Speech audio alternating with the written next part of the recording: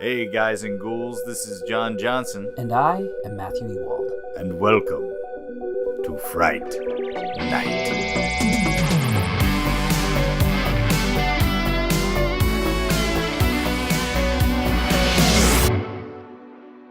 Welcome back everybody to our first official episode, the episode after episode 0.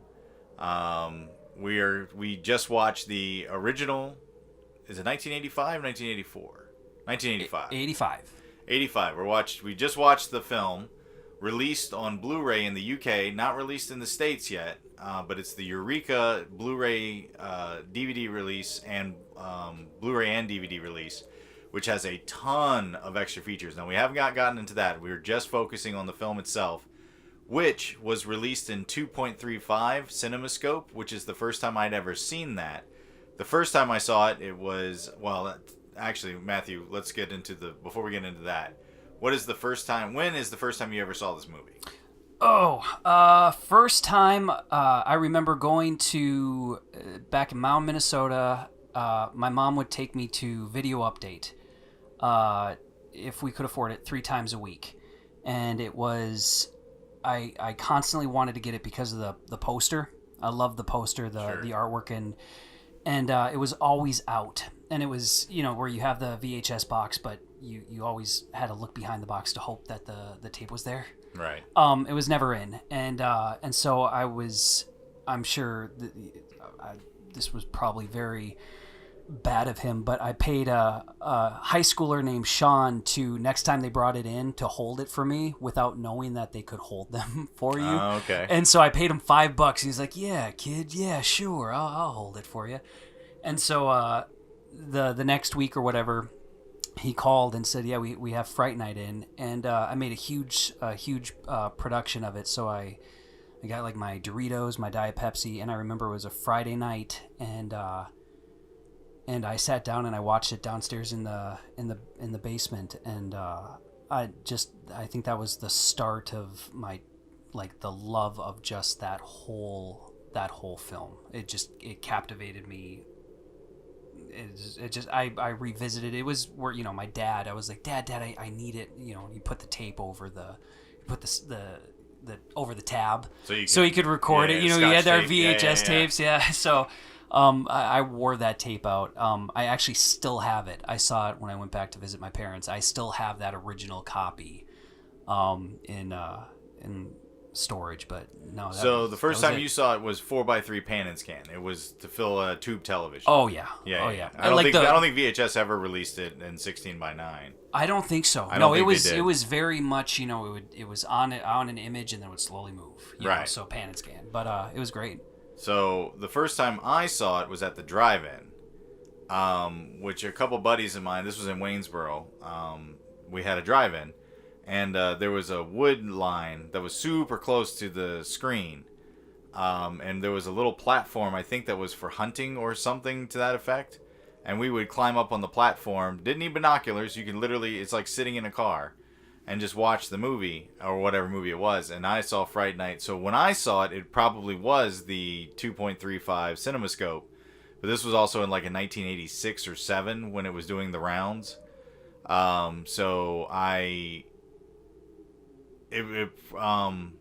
was such a long time ago that I have no recollection of the full image that I saw. Also, it was a terrifying experience because one of the reels had been damaged to where I can't remember the exact scene that it leaves off at, but it skips over the whole part of Evil Ed getting bit and turned into a vampire. So the first time Evil Ed, when it comes back, Evil Ed is coming into Peter Vincent's apartment and is a vampire.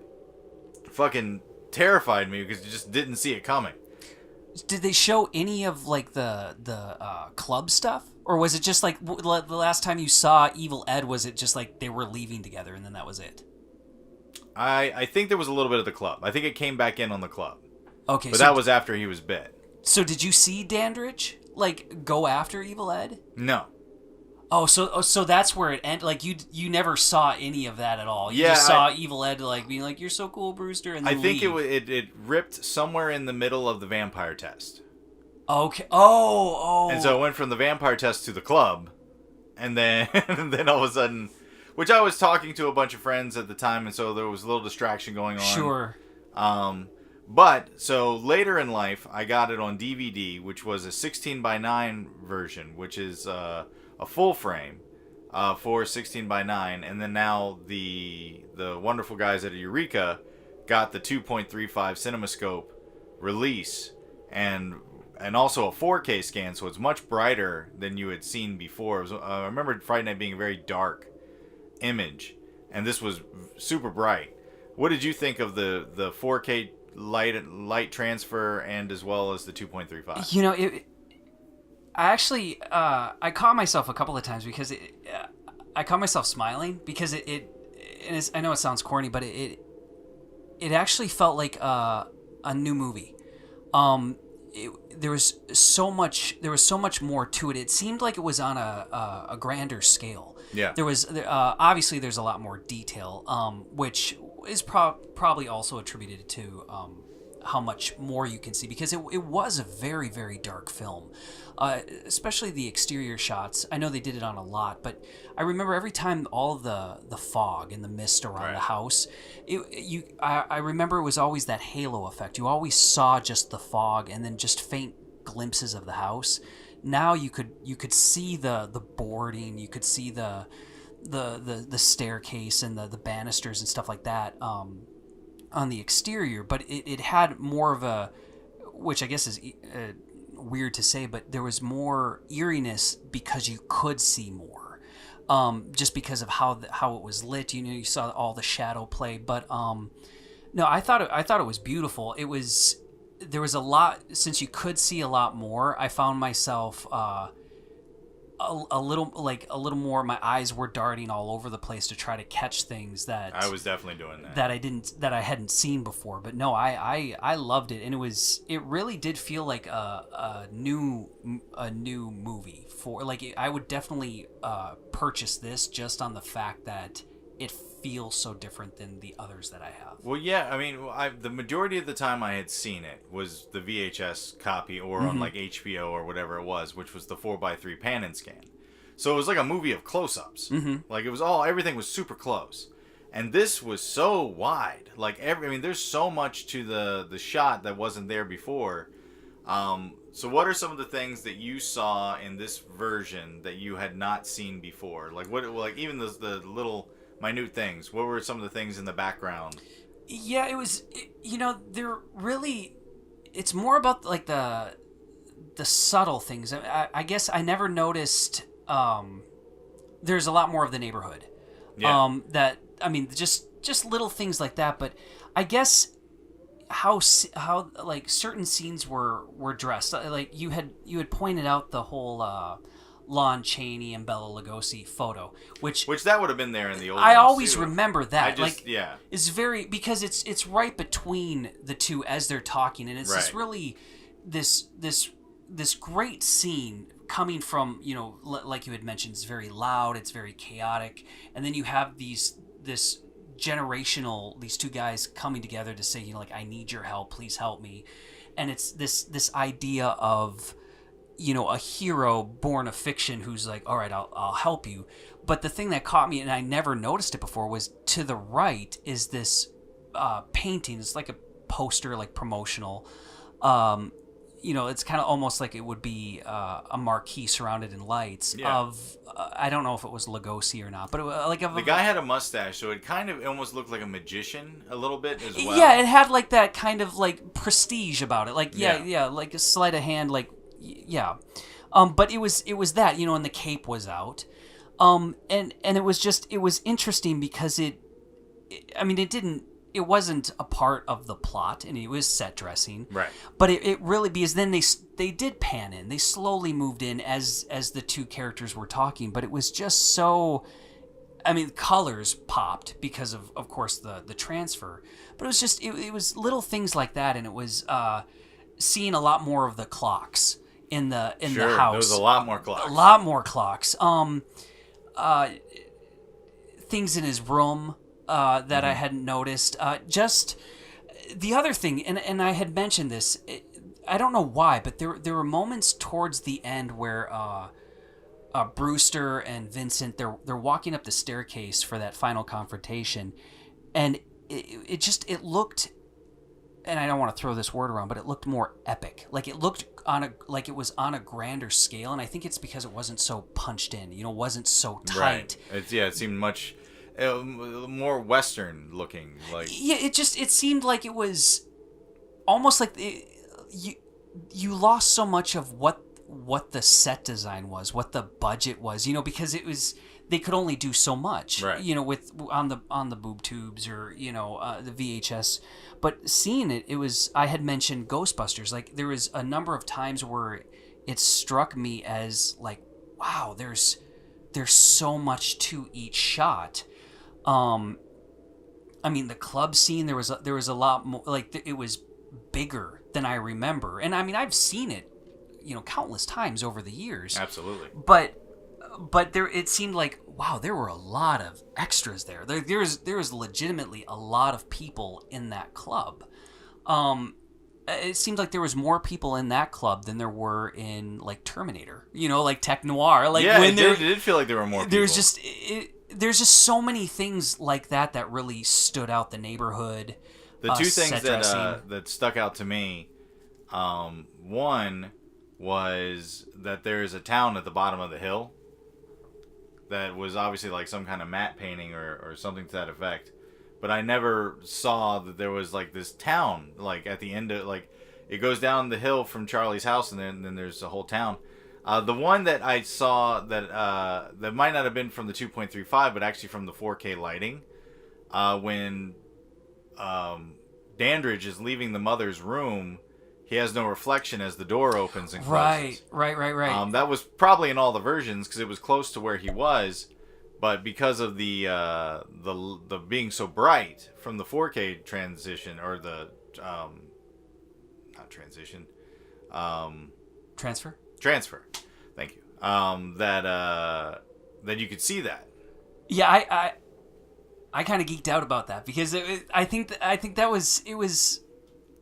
How rare is it to actually be able to go back and watch a movie and feel like you're watching it again? Yeah. Like there's a handful of movies that I wish I could re-experience for the first time, just to have that, like the feeling of like you don't know what's coming, the shock, the awe, just the excitement of it. And now with all of the spoilers and just everything right at your fingertips, you know so much ahead of time, and you can watch, like we were talking about how many times we've watched this film over the years, but to sit down and to see something new, no matter how many times we've watched it, just because of like transfer, like lighting transfer, color transfer, or what the frame is. Right. I mean, when he was leaving the bedroom and there was no reflection. I mean, we've seen that he had no reflection before in other scenes, but it was in that. How many times have we seen that? But you're right, because it's been so dark. I don't think anybody noticed. Yeah, I mean, and it was there the entire time. I'm sure everybody who filmed it was like, that is going to be amazing. Right. But I've never seen it. The other thing that I noticed because of the color was when Evil is in his wolf form, but it's legitimately the wolf and he's charging toward camera. And I've never caught this, but the wolf's color changes from... That's right. You and Mariah pointed out that it was multiple wolves shot for those sequences. Right. It looked like, I mean, the one that was on set had a darker kind of like color scheme in its face, more like just around the eyes and I guess around the, like, coming down from the ears. But then when it did like the punch and the real close-ups, it was stark white. And so, but it was just in brief like frames that it changed, and I'm not quite sure why, it was B-roll or what, but I noticed that as well. I mean, it didn't detract. It was just little things that I'm sure were in the all cuts. You don't catch it until then. Right. So yeah, it was. If you guys are out there and you want to get first off, it's UK, but it will play. It's region free, so it'll play here. So don't be alarmed that it has been released in the States. The Blu-ray, I haven't tested the DVD, but the Blu-ray plays everywhere. I put it in my PS4, and that's where we watched it. So that was worth it. So now, watching this with new eyes, we pointed out some things that, now granted, to be said, I'm a big fan of this movie, and I love this movie. But I was kind of putting out, like, some thoughts of, let's just talk about Charlie Brewster. Yes, let's talk about Charlie Brewster. So, and this is mostly from the first act. Once you get past the first act, it makes more sense.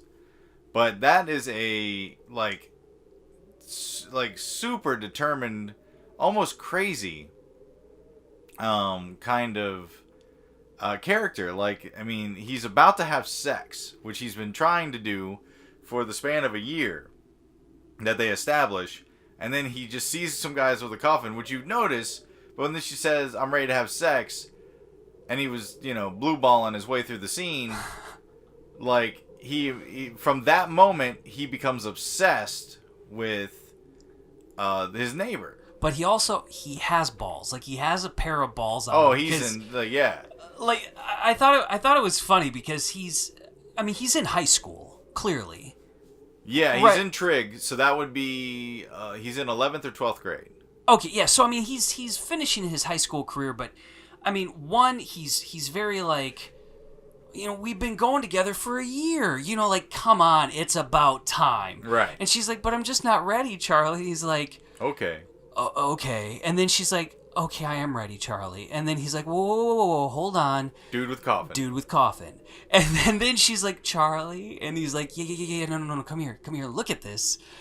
This is some weird shit. And then they have their little spat, but he's still like, I think that's a vampire. I'm going to go outside. I'm going to go check this out. That's later. Right, but he still does it. Like That's once he thinks it's a vampire, he just goes running outside to the non-safe zone and hides in like a little bush. Right. Like that's ballsy. Like if I was a kid and I at 17 saw what I thought was a vampire across like a the legitimate, way. like not like he saw teeth and and also the vampire saw him, which is even more disturbing. And he saw the hands. Like, that's right. They pull down the shade, and he's got like elongated fingers and the nails. And the girl screams and the light goes out. Right. Like, you know what I'm gonna do? I'm gonna go check that out. That's some ballsy shit. So then, but once he actually gets to the point when he's in the diner and he sees the girl that he saw the night before go missing, at that point he's obsessed, but he's obsessed for the right reasons. He's going on the hero's journey. But before that, he's just, first he's kind of perverted because he's spying to watch a naked girl. That's how it starts, which at 17 I would have done as well if there was like literally out the window. He got over that coffin pretty quickly though. Yeah, he's just like, oh yeah. But I think once Charlie sees that, oh, that's the girl that was at my house who's now dead, his obsession kind of makes sense at that point. It does. Now, correct me if I'm wrong, but is there any point when he's talking to Evil or Amy where he says we have to make sure that no one else gets hurt? Like Evil says something to that effect. Evil does, but thinking about his obsession, because he's like, yeah, no, I don't think he ever says it himself, like why he's doing what he's doing, other than, you get the idea that he's trying to stop a vampire right, from it's killing implied, people.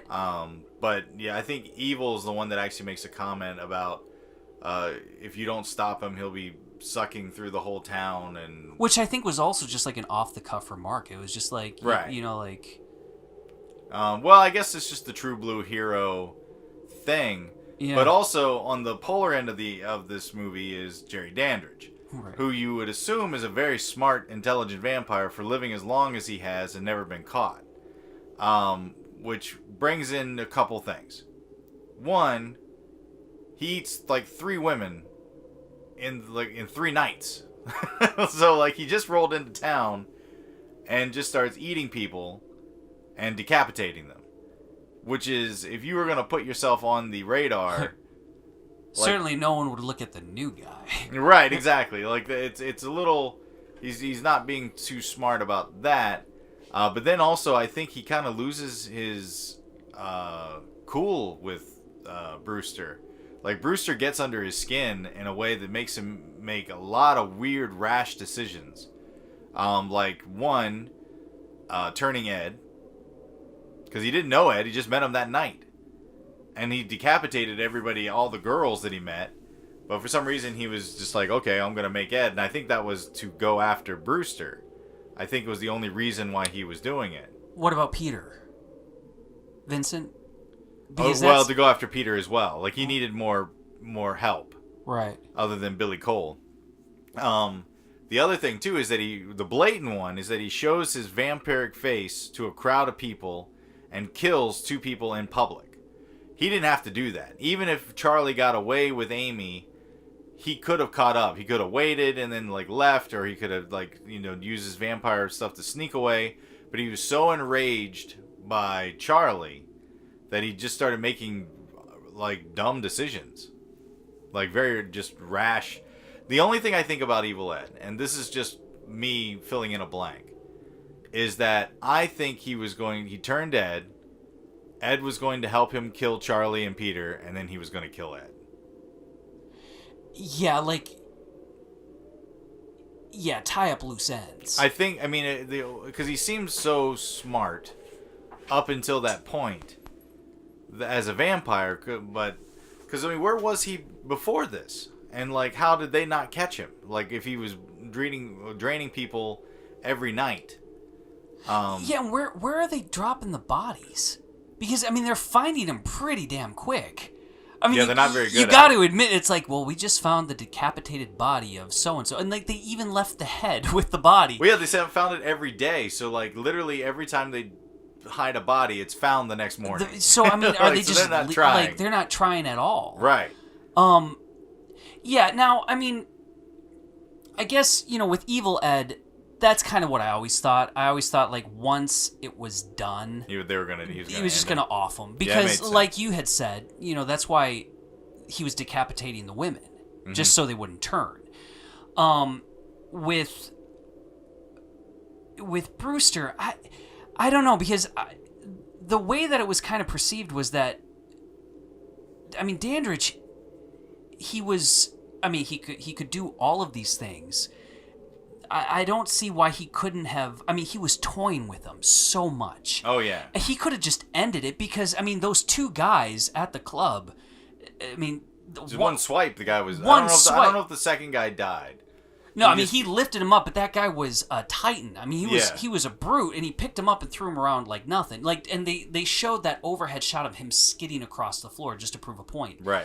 And Brewster, stabbed him with a pencil, and that... I think it was in that moment, because obviously Dandridge didn't want to kill Brewster. Because I think the idea is that killing your next door neighbor would bring a lot of suspicion to you. Literally too close to home. Right. And plus, they made it a point, obviously in the movie, to say that she was a prostitute. So if the first one was a prostitute.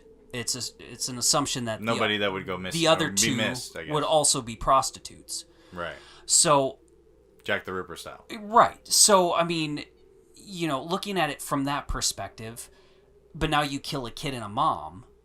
I'm sure police detectives are going to be swarming. They will be at the house. So he gave him an out, but of course he's scared. He attacks. But it was it seems like he could have ended it so quickly. Oh yeah, no, he definitely enjoyed what he was doing. And then I think at that point, when he gets the pencil removed from his hand, there's kind of like a night kind of a thing. Because he does it call high noon. He's I'm coming for you tomorrow night, versus just coming right back over and wrecking shop after the mother had subsided. Because he could have entered the house at any time, so why not wait an hour and do it again? Right, and obviously he's very old. You know, like he's Dandridge is. So if he is from that time period, that era, you know, there's got to be a certain, not nobility, but there's got to be that something would stick just because he's blending into a new era and, you know, dressing a certain way. He's still a product of a time, and I don't think you can shake that really. So I mean, if somebody, you know, if you think about it from that perspective, then a 17-year-old could have been a lord, you know, could have been a knight, you know. I mean, their life expectancy was much shorter, so he could have been, you know, as far as Dandridge is concerned, maybe he is an adult in his eyes. And so the fact that he, you know, drew blood, maybe it was kind of like, all right, challenge accepted. You fortify, prepare yourself. I'm going to come and, you know, we'll do this, but one way or the other, you know, it's going to end. And we did get the note that he was going to cheat because he says, I guess we're not going out tonight to Billy Cole.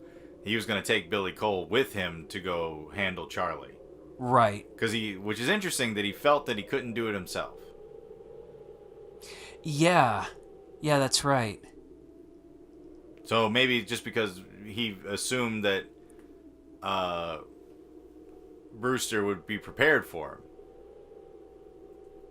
And somebody's got to remove the crosses. Because they know crosses, or he knows crosses works. Which, that leads me to the note that you brought up, which was the rules and how the rules are delivered. Right. Go into that a little bit. Well, so it's established early on that, I mean, right in the, I think it's pretty much the first scene, Brewster's with Amy, and, you know, things are getting hot and heavy, and then Amy, she's starting to feel uncomfortable because his hand's wandering, and so she says, you know, Charlie, it's Peter Vincent. Peter Vincent's on. And he goes, I you know, whatever he said, I don't care. And she goes, but you love Peter Vincent. And so you think about just that fact where Peter Vincent is the vampire killer, right? Like, that's what he does. Charlie loves him. He idolizes him, loves those films, loves him as a horror host, all of this stuff. So it would be an assumption that Charlie, whether it's the genre or just Peter Vincent or vampires in general, would know the rules. Right. And in this case, you know, garlic, sunlight, stake through the heart, decapitation, holy water, all that jazz. Right. But I thought it was interesting that he goes to Evil Ed to ask about the rules. The only thing I could think is that he assumed Peter Vincent, and what Peter Vincent was doing was like not it because it was television, and they refer to Evil Ed constantly as evil, giving him the backstory that he's into monsters. Right. So I'm guessing that's why. You know, and it's funny because I cherish the film. You know, I adore the film. So it's kind of like, you know, like you, I'll watch it 100 times over and be like, well, I know why they did it. They did it because you fill in the blank. Yeah, this, and this. Watching it though, it's a fun topic to question and to try to sort out, and then, you know, all of those things. But I think the other aspect of it is that if he, you know, he's 16, 17 years old, he has confirmation that, I mean, we're not just talking vampires, but if vampires exist, the whole supernatural, everything exists. You know, magic is real. You know, there are demons and you know, ghosts are not sheets, you know, kind of thing. And so it's more, I'm scared. I don't want to be alone. My mom won't believe me. Cops won't believe me. What do I do? What do I do? Oh, I'm going to go to somebody who's my friend, but also an antagonistic, also, you know, like just... Yeah, there's also the other side of it too, is that there's a sequence where after the first confrontation where he gets scared on the phone, and then he looks to the television and sees Peter Vincent, and he's like, oh right, Peter Vincent. So maybe he never even thought that Peter Vincent was an option until that second time he sees the film, and he's like, that's right, you're a vampire hunter. So it's also possible that he may not have known the rules or thought to go to Peter Vincent. He went to Evil Ed just because he's like, I think I know the rules, but I don't know them for certain. Yeah, I mean, and it could very well have just been I need confirmation. Yeah. I mean, and also, he's watching something on television. Who, I mean, at this point, like, he goes to the studio lot to get Peter Vincent. Right. Not to get the actor, but to go get the host, Peter Vincent, because he's like, a little crazy. At this point, he's clocked out. Like, he is. Well, yeah, the sequence when he's happy before, because after Evil Ed says, well, he could never come into your house. And then he's like whistling. Oh, and, like, right. He's like, well, my vampire's living next door who's going to kill people, but I'm all right. I'm all happy right, go lucky. yeah. Like, I think that was a weird choice. Things could be worse. For him to be so happy right before, the mom let him in and all that came to be. One thing I noticed in this watching of the movie is how many times they say Amy. Like, it's a constant. They say the word Amy somewhere in the neighborhood of 50 times in this movie. Oh, no kidding. It's I guess constant. I didn't think. But one of the things that I figured out is how Fright Night basically changed Dracula so far as pop culture is concerned. Now, this is I could be wrong about this, so you guys out there, if you have information that I don't, but in the novel Dracula, Mina is not a descendant of anyone that Dracula knew. The reason why Dracula goes to bite Mina is because the good guys fuck up his houses at Carfax, and so he goes after them. It was retaliation. It was retaliation.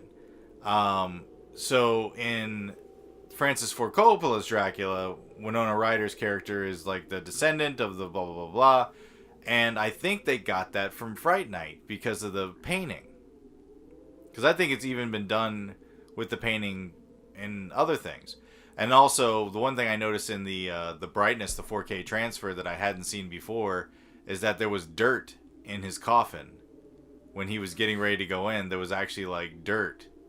Which means that he's not from America. That's right. He would have to be from somewhere else.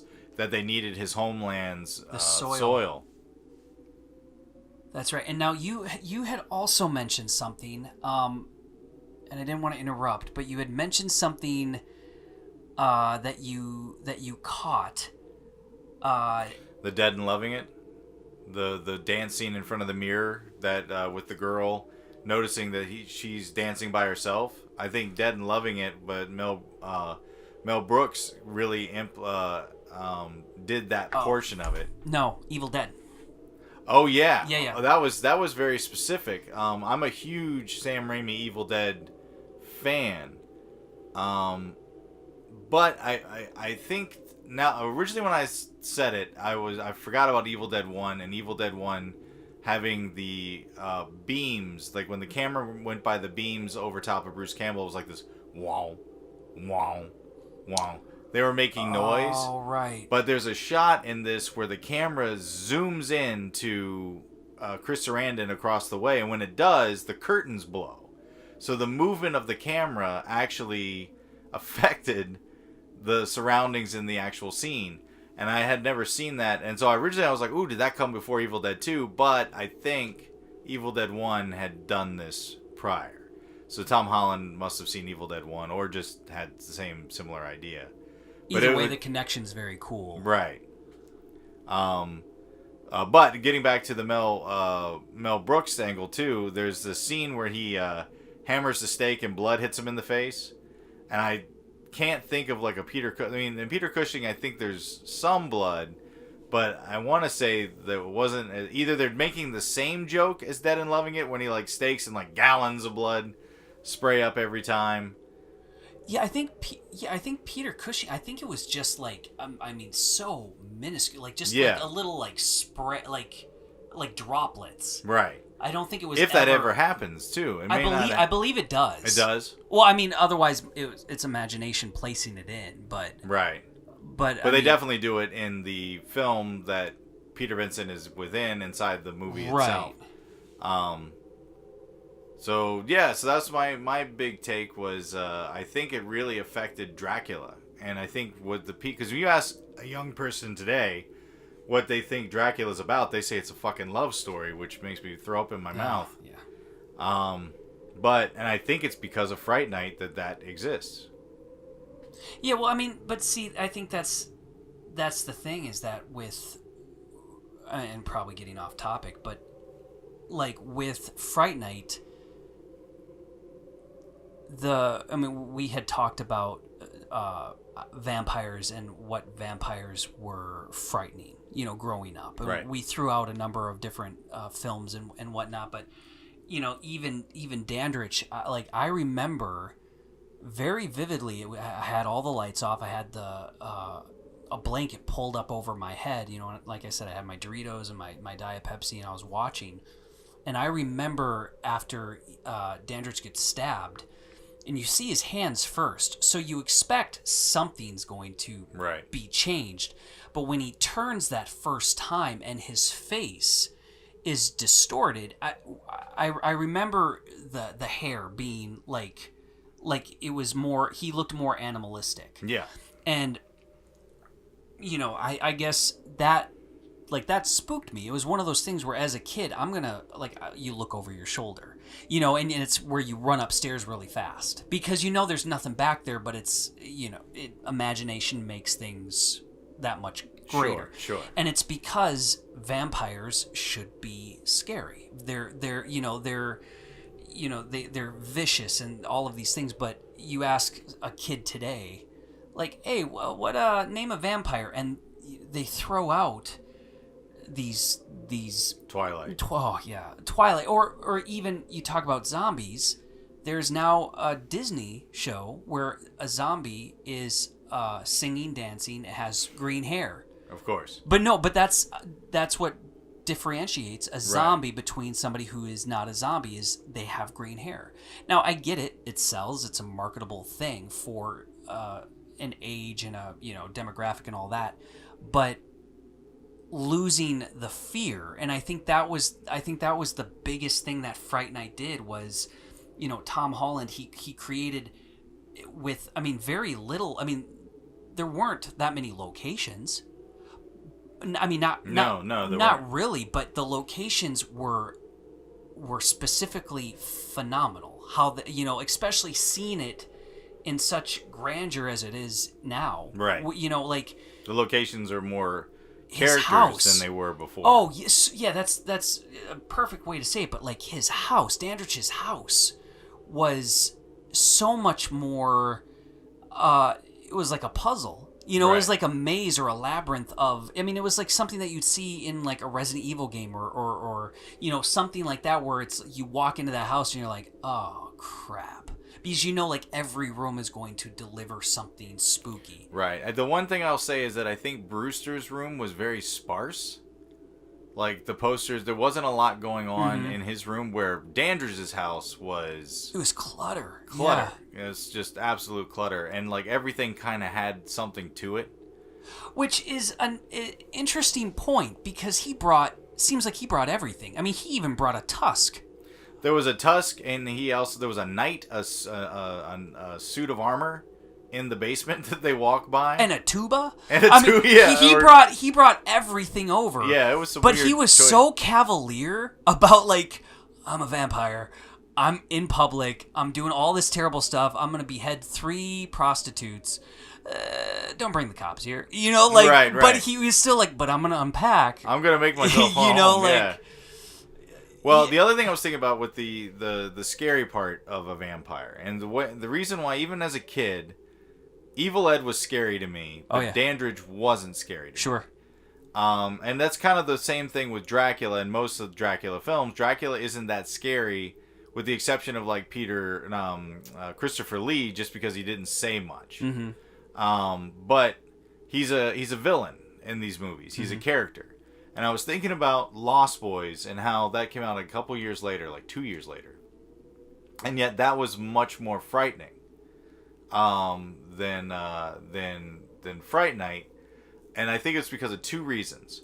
Number one, everything with the vampires was quick shots. It was like fast moving angles. You never were in a beautiful shot with the vampires with the makeup on. Oh, sure. It was all quick and just jarring. And violent. And very violent. Yeah. And that was probably part of it. The other thing was, like, David, you could tell the entire time he was just pretending to be human. Oh, it was a mask. Yeah. Like, there was this raging monster just underneath of his skin.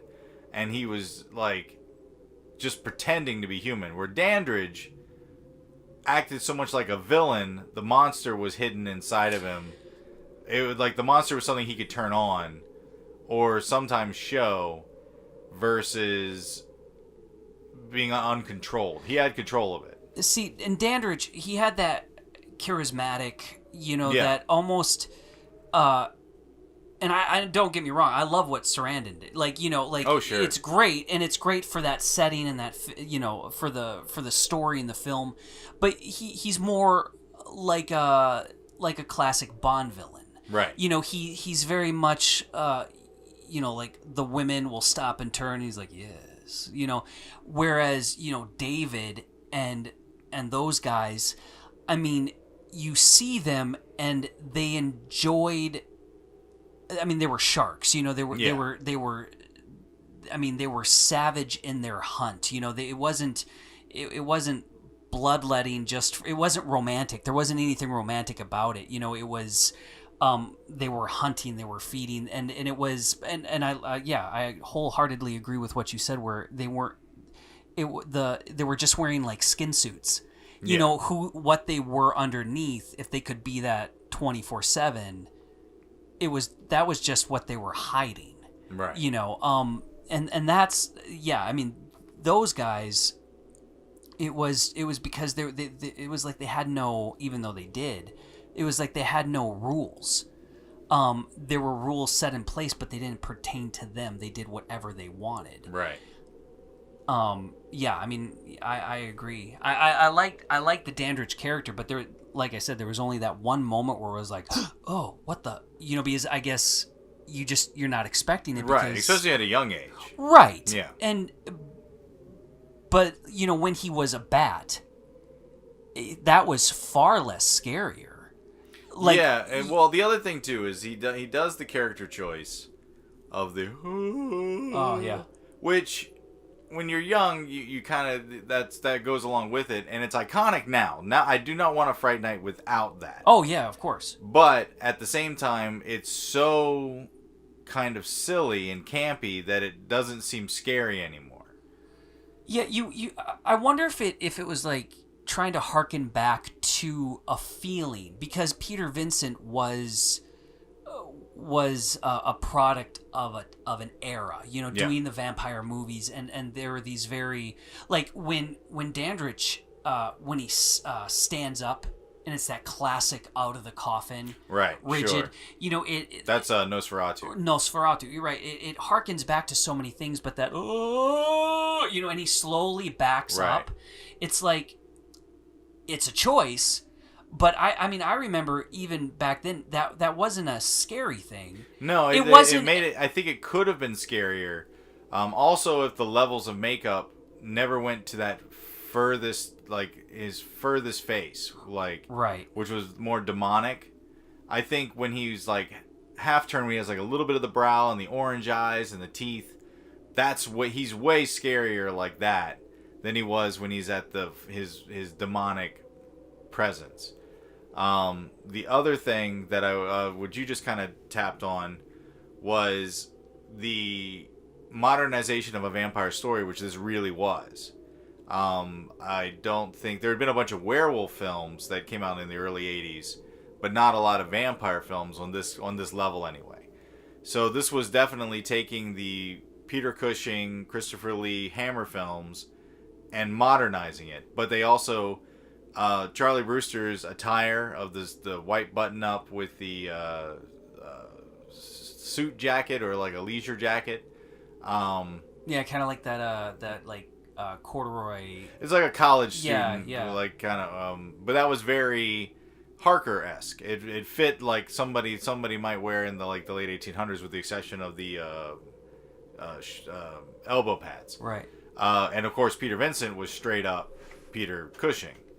But Jerry was always wearing sweaters and modern trench coats and scarves. So his attire was very modern, where Charlie looked like he was dated, which is interesting that the heroes were the dated ones and the vampire was modern, where in most movies that come out today, the heroes are wearing their normal attire and the vampires are wearing like Buffy, the Vampire Slayer, even made a joke about it. It's like, well, I could tell you're a vampire because you're wearing some shit from the 70s. You know, while you were saying that, I wonder, and again, it's just an audience filling in the blanks, but obviously we don't know what happened to Charlie's dad. It's just him and his mom. Right. I wonder if he's wearing his dad's clothes. Oh, his dad's jacket. You know, like it's a filling in the blank, but yeah. Yeah, I mean, like, oh, isn't that interesting? Like he wears that jacket, or he, because I guess I didn't do the due diligence to look because it wasn't in my mind, but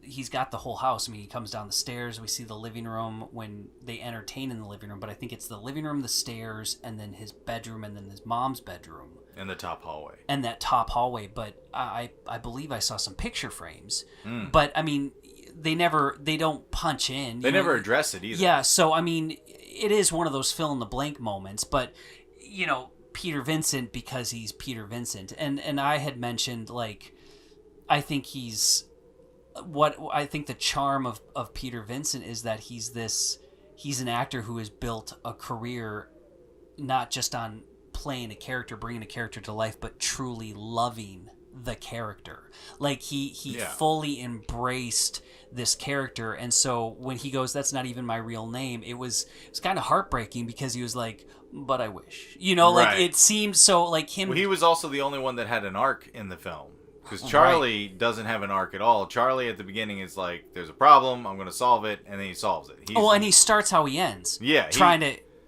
get with her, right. like... Well, I guess technically he does have an arc. And they both get it in the final epilogue scene.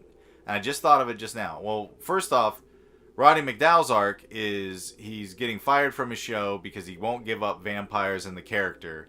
But then he decides in the final arc to actually watch science fiction movies. He's like, I'm going to adapt with the time.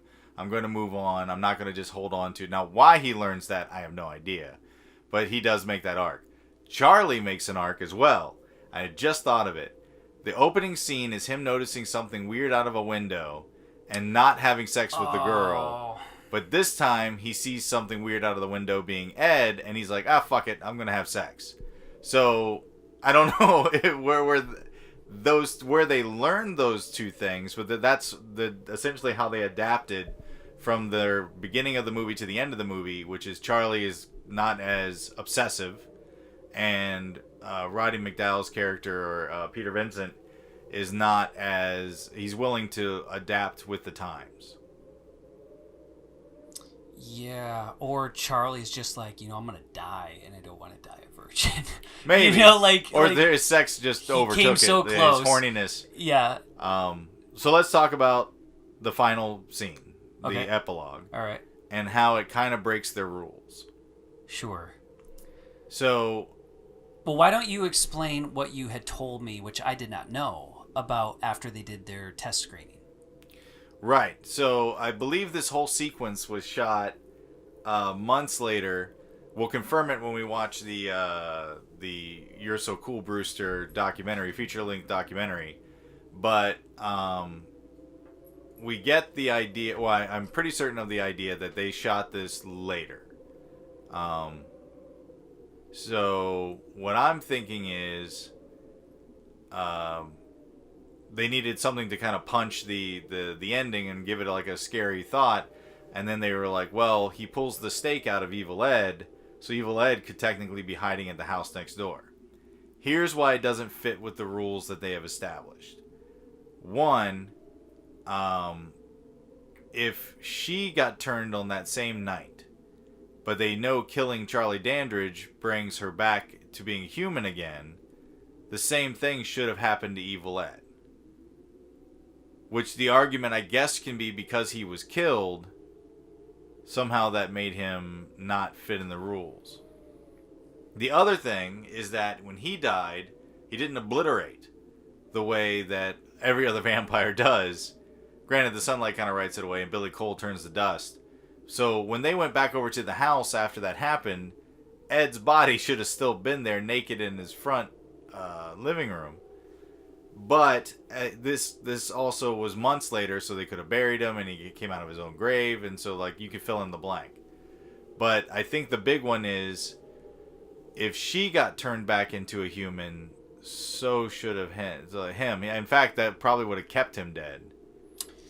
You know, the interesting thing, though, and I just thought about this, but when Ed, when he was stabbed, I mean, it didn't look like it looked like it was his upper chest. It didn't look like it hit the heart.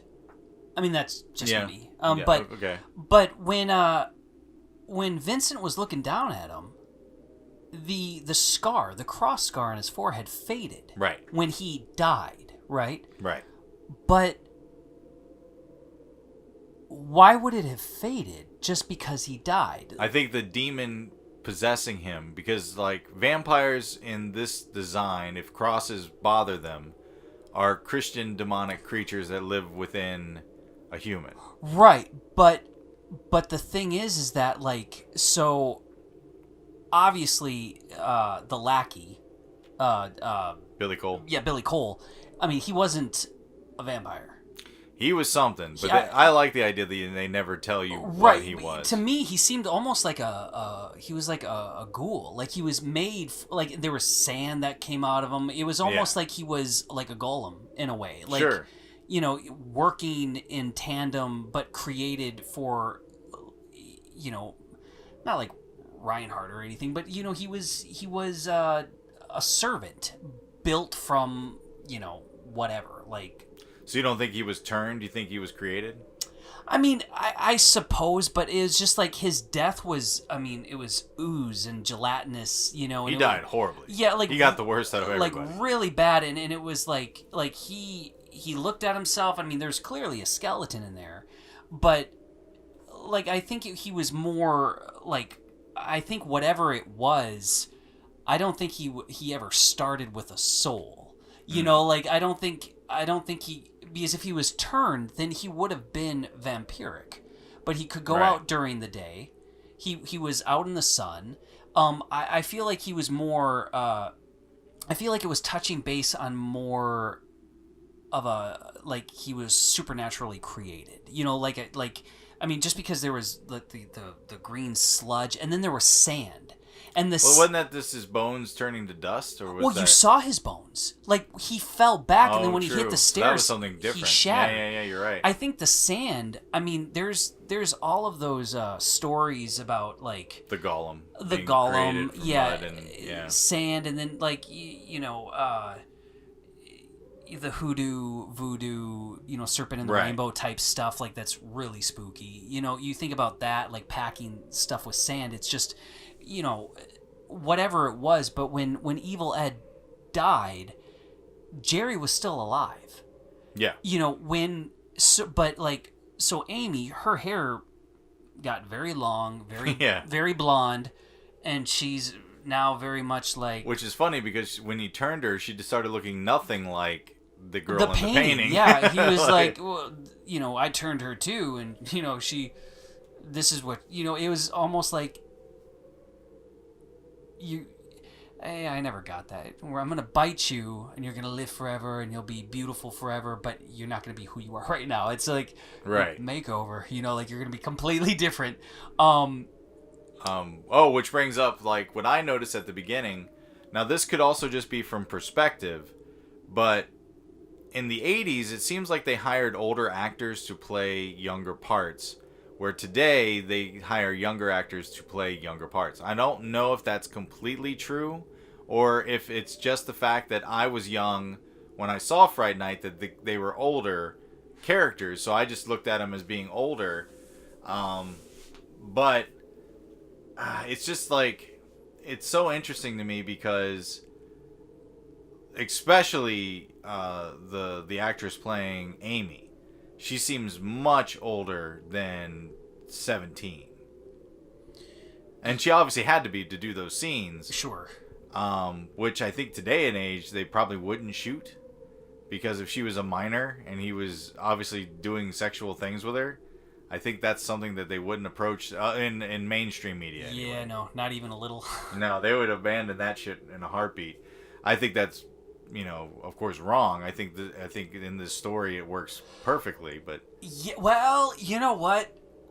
I agree with you, but I don't know. My girl watches Riverdale, and I've popped my head in a few times and been like, "Wait, what is this?" They're not teenage, and they're like 16 in that show, and they're like running brothels, okay. and they're like what?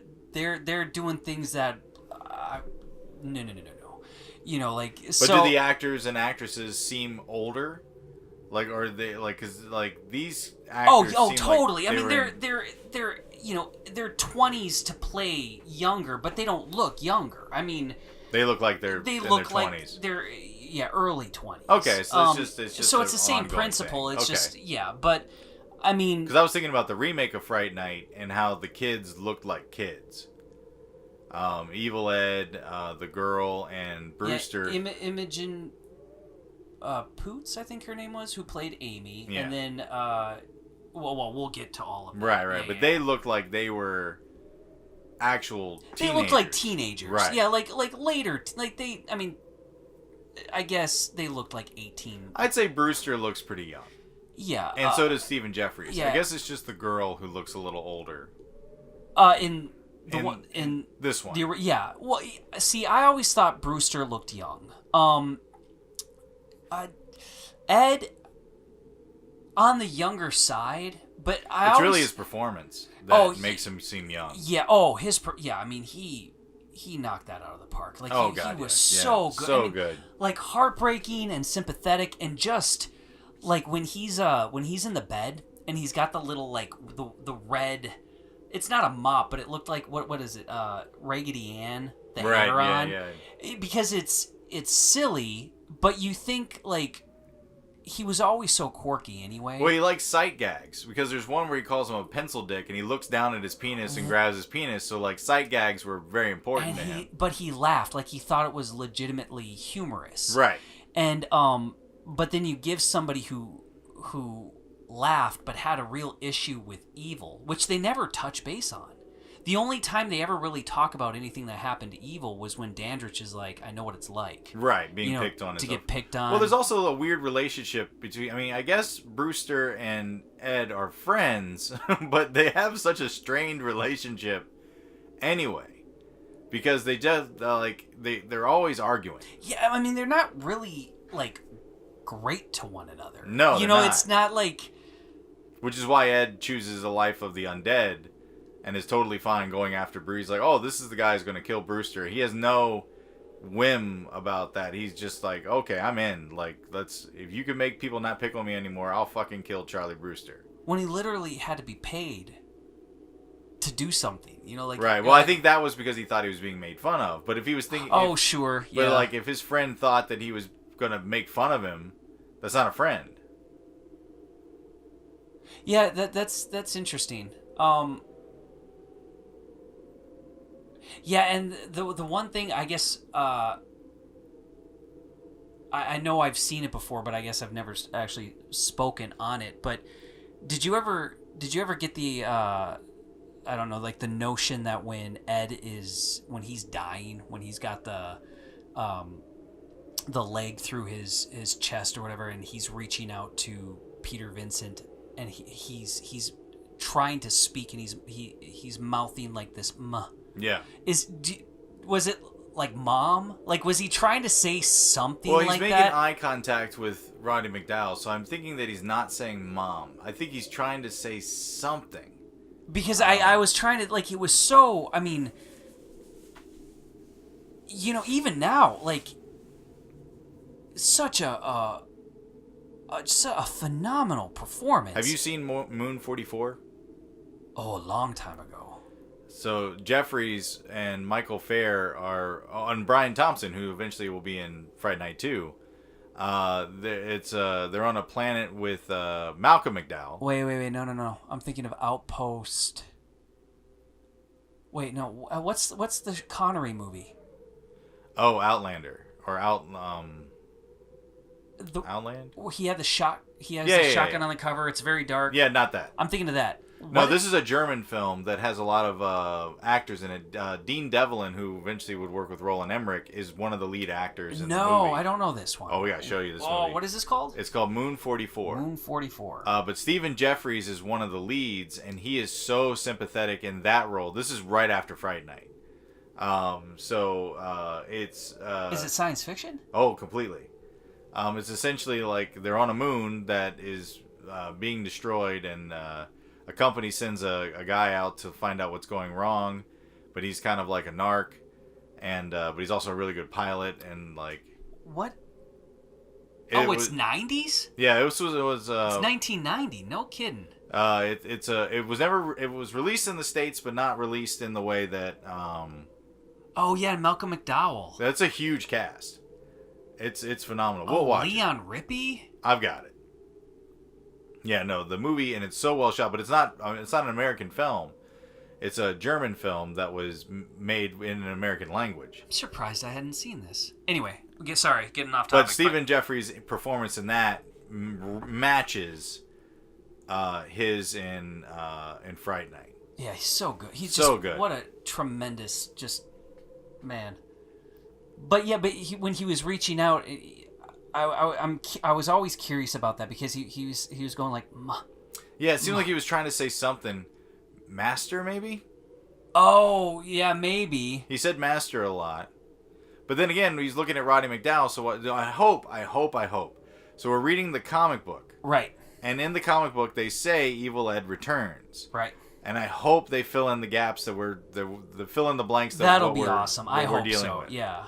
I never made it that far, so I've only read the first 2. Oh, 3. We read the Alien one, so we read 3. Yeah, but which we're going to reread and talk about on the show. We'll get to that later. Yeah, I've read the first 3. Yeah. That same here.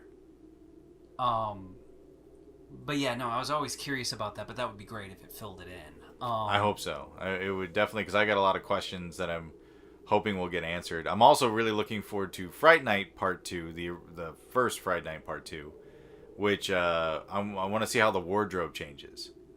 Because I know they changed he's in college, and, I don't believe Roddy McDowell's still on the air. I think the show's off. I watched it with you. That was I saw it so late because I could never find it. Yeah, I had to track it down once again from the UK.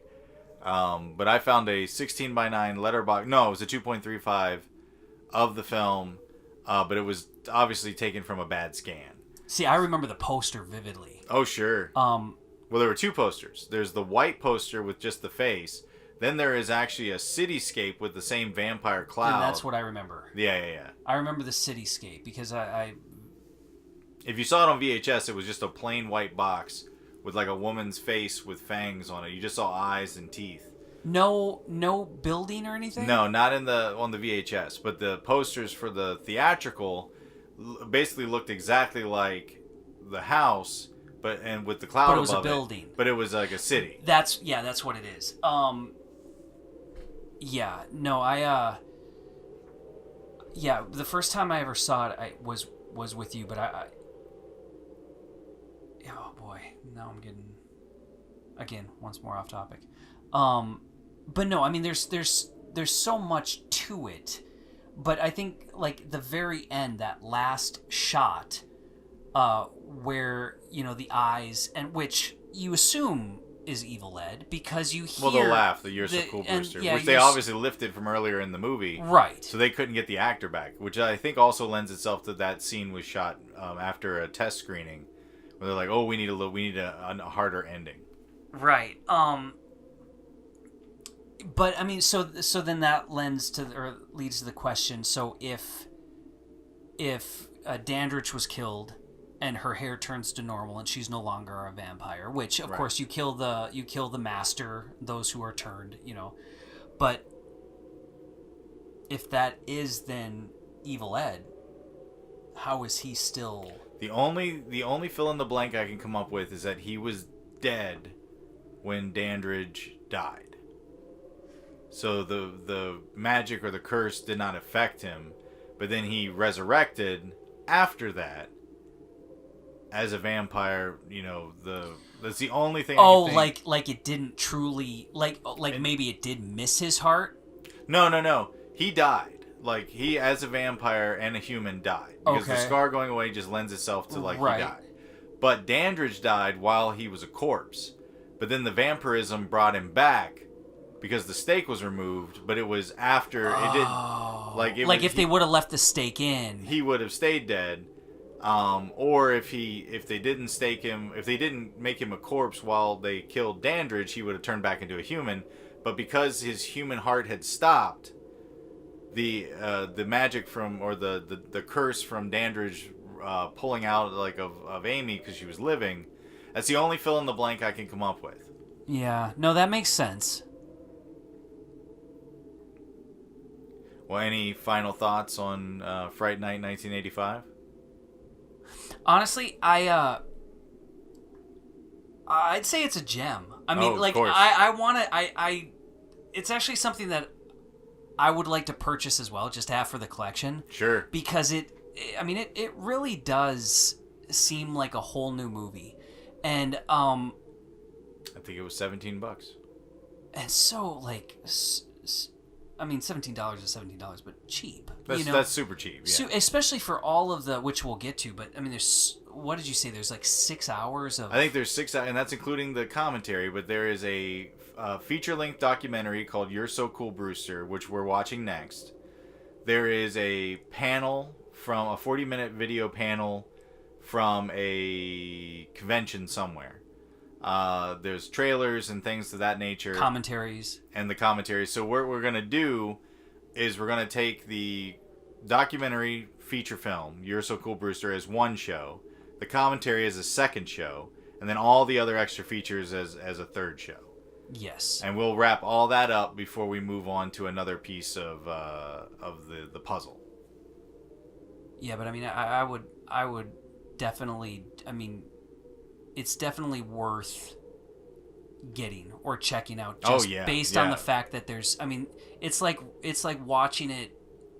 I guess I can say that this is almost like, this is the closest I think I've come, at least that I can say right at this moment, to watching a movie for the first time all over again. Yeah, it definitely has that, just because of the widescreen. Well, it's even beyond widescreen. The scope, the CinemaScope, and CinemaScope, the color, brightness. I mean, it was seeing it in a whole new light. But I mean, catching Dandridge in the mirror, which you caught, just the design. I mean, the set design, all of it. I mean, it's a phenomenal movie, of course, across the board. But just seeing it in a new perspective, really. I mean,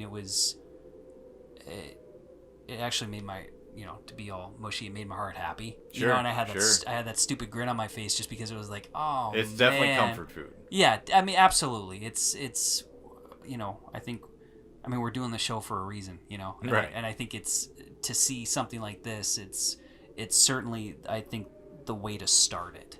Absolutely.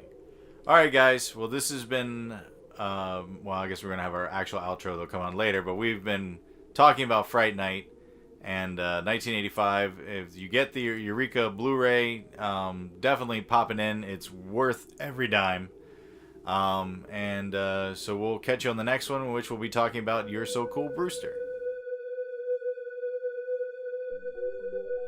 Thanks for listening, guys. This has been John Johnson. And I have been Matthew Ewald. And you have been listening to Fright Night. For real.